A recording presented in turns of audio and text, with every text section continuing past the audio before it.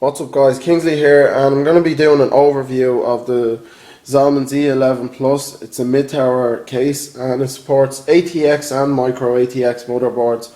I'm just going to start off with the outside of the case. At the front you can see the Xiaomi logo.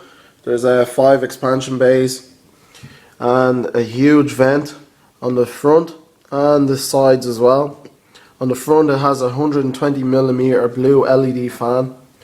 On the sides it has two 80mm fans, and then on the top of the case there's a power switch, a storage tray, 2 USB 3.0, a reset button, hard drive LED light, 2 USB 2.0, audio and microphone jacks, and again another huge vent here. And I'm just going to turn this around so I can have a look at the back of the case. Just 1 second.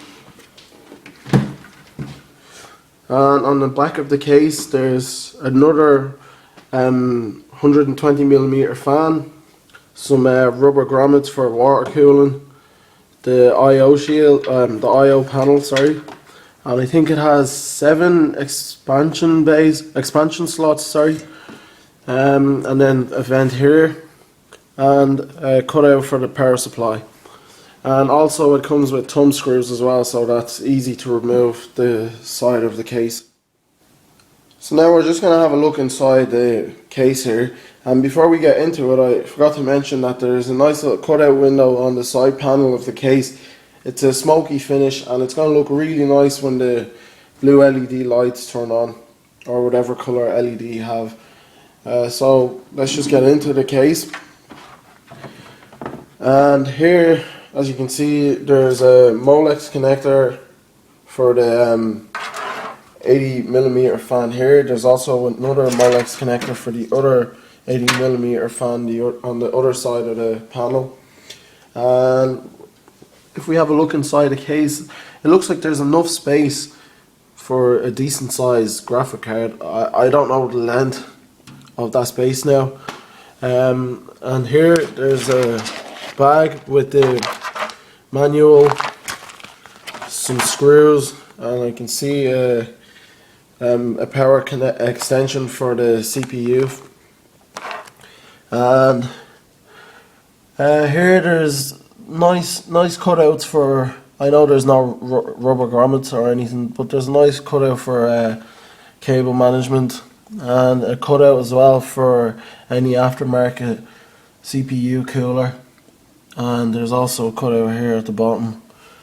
There is 1, 2, 3, 4, 5 hard drive bays, and then at the top of the case there's a 120mm blue LED fan, and I think you can add either 2 120mm fans, one here and one here, or 2 140mm fans, or I think you could even put in a radiator for water cooling. I don't know if that might get in the way of your motherboard because it looks pretty close. And then at the back there is a 120mm exhaust fan. It uses Molex as well, and the top fan uses a 3-pin connector, and so does the fan at the front of the case.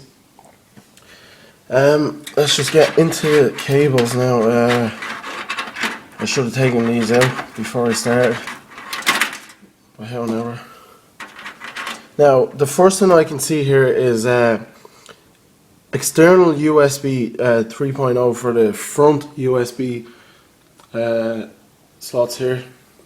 Now with this, what I did was I bought an adapter for my motherboard, which is this, and I'm going to connect these two to the end here, and then I can connect it to my motherboard internally.